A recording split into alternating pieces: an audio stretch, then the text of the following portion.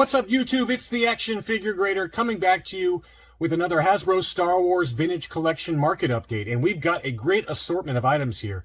Everything from the SDCC exclusives, the Mouse Droid, and Jar Jar Binks that we all know are expensive. We're going to start with those. We've got some just standard TVC 1.0. We've got some graded items. And we're going to finish it off with a couple of really nice miscarded TVC that sold for some big dollars as well. So make sure to stick around towards the end of the video for those. Let me start out by saying that if you're new to the channel and you like these kind of price data information, please consider subscribing. It really helps out the channel. And to my existing subscribers, as well as my Patreon supporters, as always, I really appreciate the channel support. I hope everyone enjoyed the live stream that we did yesterday over on Only One Kenobi's channel. We had the blacked out Ewoks there. We had Boss Bounty, and we had the guys from Read 5 Designs doing the vintage Kenner Star Wars book. So it was a really awesome live stream, and I hope everyone enjoyed it. But anyway, let's dig right in. We're going to start right with a couple of amazing items. This one, I believe, just sold here today, today being the 27th. And this is the SDCC Mouse Droid, and it looked to be in pretty darn good shape overall. And, you know, we all know how expensive this one has become. This one was listed for $750, and it was best offer accepted. So it looked to be in pretty mint shape, though. I didn't really see much wrong with it, just on a cursory glance. Just a beautiful item, and one that continues to go up in value. So $750, best offer accepted, took that one home. And then another one that just sold, this one actually sold at auction. It closed a couple days ago. This is the Jar Jar Binks and Carbonite, the other big SDCC exclusive.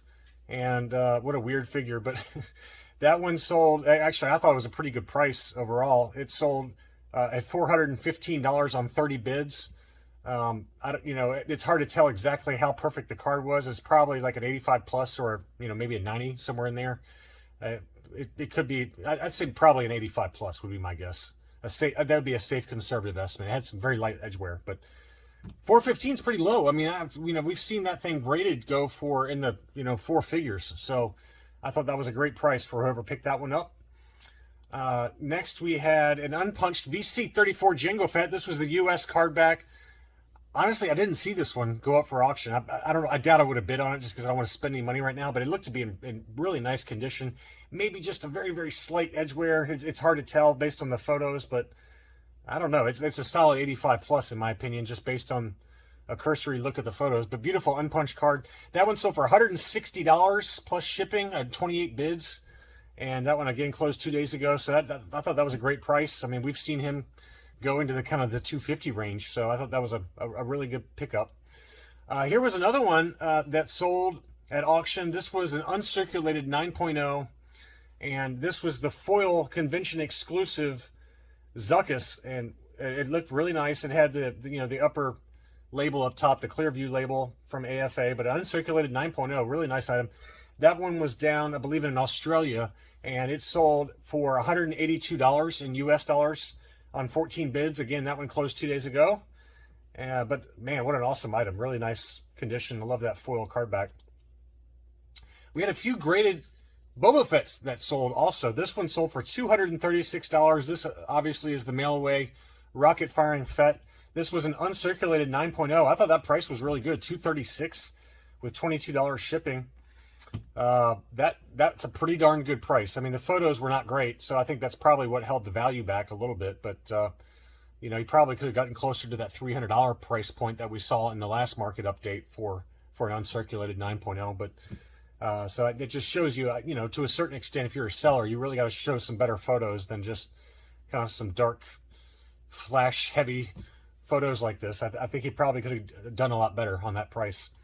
Then we also had a couple of the prototype versions of the Fett sell as well. This was an AFA 8.5.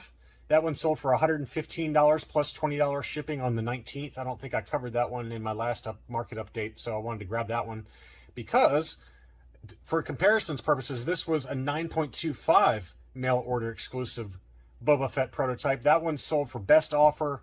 It was listed at $411 plus $22 shipping. Who knows? Probably $375-ish is my guess, maybe $350, which is on the upper end for for one of these. I think usually about a U 9.0, you're looking at about 300-ish maybe on the upper end. But, you know, that's gone up a little bit. So maybe that price is a little low these days. But anyway, it gives you a comparison. We had a 9.25 circulated, and then we had an 8.5 circulated for that prototype. And the difference in price was pretty substantial, right? $115 plus $20 shipping versus best offer for an item that was listed at $411 plus $22 shipping. So pretty big price swing. This is another one I was watching. I really liked it a lot. Just was not meant to be for me, but this was a VC64 unpunched and Revenge of the Jedi. And, you know, I couldn't tell if this one had the paperwork inside. Let's see. It looks like it was a true no paperwork version of the Revenge of the Jedi Princess Leia. But I didn't know that they made Canadian cards for that. So you know, someone who's got a little bit more intelligent than me can explain that, because I thought that these were all SDCC exclusives if they were Revenge of the Jedi with no offers, no paperwork inside the blister. But this one is a Canadian version. So I don't know if they had two different versions, but this one you can see clearly at the name pill, it's got the multi-language name pill, and then again on the back, the same thing. But man, what an awesome item. I can't off the top of my head remember seeing something like this before, but this one sold for $325 on 46 bids. That closed a couple of days ago. Again, somebody with more knowledge on these different card variations could tell me whether that's a fair price or not, but that to me seems pretty fair for what it is. Another one we've talked about several times in past videos is Grand Moff Tarkin. He continues to go up in value. This was an 8.5 graded AFA version. Again, this had the Darth Maul offer. And again, just for you know, this one sold for $236 plus $20 shipping. And for comparison's sake, less than a year ago, I picked this up for uncirculated 9.0 AFA for $100 or $110 shipping, shipped. So you can see how much that Tarkin has really advanced over the last 12 months or so.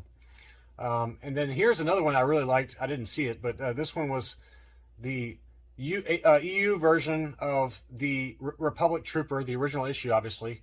Here's the back of that card. This is the EU version. I'd really like to get that one. I don't know why. I'm kind of obsessed with that particular figure on that particular EU card back, but that one sold for $191 plus another, for me, it would have been another $58 shipping. So that one has gone up. I mean, we've seen this exact item with the same card back, EU card back, that it was having trouble selling at $125 less than 3 or 4 months ago. And here we are, this one sold for $191. So that one has moved up quite a bit, despite the fact that Hasbro has recently announced that they're reissuing that one as I believe, a Walmart exclusive. So here's another one, VC104. This is another one, Lumat, that has moved up pretty nicely in price, despite being one that has been reissued. I think that's right. I think it's a reissue. I can't keep track, guys. I can't keep track of the reissues. I've got so much stuff on pre-order, and I'm trying to avoid getting the reissue stuff. So I think Lumat was reissued. You guys can correct me if I'm wrong. I'm having a brain fart because I can't keep them all straight. But this one is clearly the original issue, VC104 Lumat. $123 was the final sales price. 17 bids. That one closed yesterday. That one has moved up a little bit, but it's always been kind of expensive. Now, the other interesting thing is I didn't see this when I picked this one for the market update, but you can see down here, the card back clearly has some card. This thing clearly had some card damage in the lower right hand corner on the back of the card. So, despite that, it still went for $123. Now we've got a couple of recent, TVC 2.0 items that were graded that sold here recently that were surprising. And this one was the Imperial Death Trooper from 2018. This was 9.25 on the modern scale with AFA. That one sold for $150 on one bid. So only one bidder took that one home. But really nice item. But that one went for $150 plus $5 shipping. To me, that seems like a pretty good price for a very high grade, Death Trooper. This is the Child. This was graded 9.0 on the modern scale. It did not have the uncirculated designation for this one, but that one still sold for $99 with free shipping. So that's a reference point there for a fairly recent release. And let's see, we also had the reissue of Anakin Skywalker in his peasant disguise. That was an uncirculated 9.0. That one sold for $104.90 plus free shipping. So, you know, just a couple of recent releases that have sold here. Let's get into what I mentioned at the beginning of this video. There were a couple of miscards that sold recently. This one is one that I have only seen in the UK. I have talked to a few other collectors that have picked this exact miscard up. I don't know if they were in the UK or not, but they said that they just opened a sealed case and found a few of these. And this is, again, the Off-World Jawa card back, the Mandalorian Off-World Jawa card back with the Clone Trooper Echo. There's been at least over a dozen, if not 15 or 16 of these that I count that have shown up now. So it's got the VC203 card back. I just, you know, did an unboxing for this one. That I got it back graded. This one sold for $560 with free shipping over in the UK.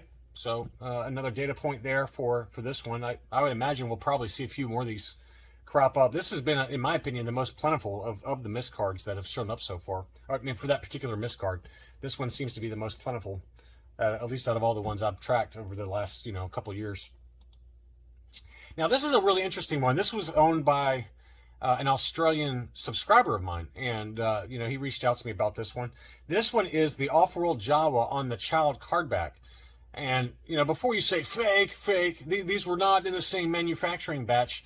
Well, you know, these were manufactured right around the same time frame, though. You know, let's call it early spring of this year.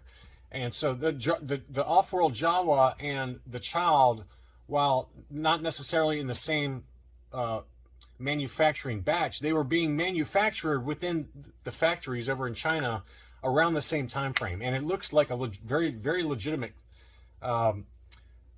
miscard. So it's got, you know, the cross hatching on the factory seal. You know, he claimed to have found it in a store in Australia, and this one sold for $1,202 US or $1,600 Australian, and just some very light wear to it. But I'm pretty convinced that this is a legitimate miscard, and it sold for big money. It was a very desirable one, in my opinion, because anytime I've seen a few others like this where, you know, I can't remember off the top of my head the exact characters, but I've seen some where it's not the same manufacturing batch, or the same wave, I should say, the same release wave, but it's around the same manufacturing time frame within the factories. So it's possible that you can see these kind of wacky miscards that crop up. So anyway, I just thought that was a really interesting one, because I have not seen any others like that one. And there's a reason why it sold for so high. It's got a pretty desirable Mandalorian iconic character in the child, and then you have a miscard with it. So a big number. So anyway, I hope that you guys enjoyed taking a look at all this market data, and just some really interesting sales kind of across the board, from graded to miscard to you know, some SDCC exclusives, some foreign cards. So I hope everyone enjoyed it, and I'll be back soon with some more data, probably early next week.